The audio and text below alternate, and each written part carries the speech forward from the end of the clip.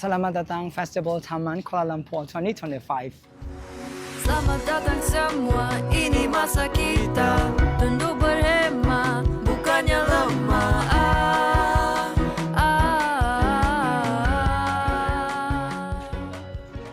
Malaysia နိုင်ငံ Kuala Lumpur မြို့ကတတိဝမ်စာပန်းချံမှာကျင်းပနေတဲ့ The KL Park Festival 2025ကိုရောက်ရှိနေတာပါ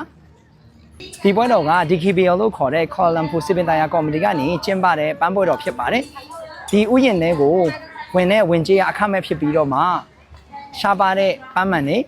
တစ်ပင်မျိုးစိတ်တွေကိုလည်းအများကြီးစိုက်ပျိုးပြသထားတာကိုတွေ့ရှိရပါတယ်ဒီပွဲတော်ကိုအော်တိုဘာလ19ရက်ကနေ26ရက်နေ့အထိ10ရက်တိုင်တိုင်နနက်9နာရီကနေည7နာရီအထိကျင်းပနေတာဖြစ်ပြီးတော့မှမကြာခင်မလေးရှားနိုင်ငံမှာအင်ရှင်အဖြစ်ကျင်းပမယ်48ကြိမ်မြောက်အာဆီယံထိပ်တီးအစည်းအဝေးပွဲကြီးနဲ့တိုက်ဆိုင်စွာဒီနေ့ရဲ့ပွဲတော်ရဲ့ main theme ကိုလည်း ASEAN Unity in Diversity လို့နာမည်ပေးထားပြီးတော့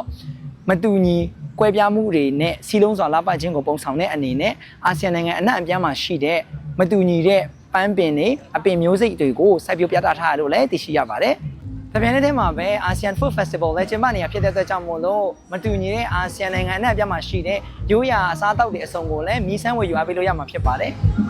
ဒီပင်ပန်းမှန်တွေကိုကြည့်ရင်စိတ်အပန်းဖြစ်ရင်အနားယူလို့ရမယ့်နေရာတွေများစွာလည်းဖန်တီးပေးထားပြီး KL မြို့တွင်းကနေလာမယ်ဆိုလို့ရှိရင် MRT Monorail bus တွေနဲ့လာလို့ရတာမို့လို့ဒီပွဲတော်ကာလအတွင်းဆက်လာရောက်လည်ပတ်ဖို့အတွက်အားလုံးကိုဖိတ်ခေါ်လိုက်ပါရစေ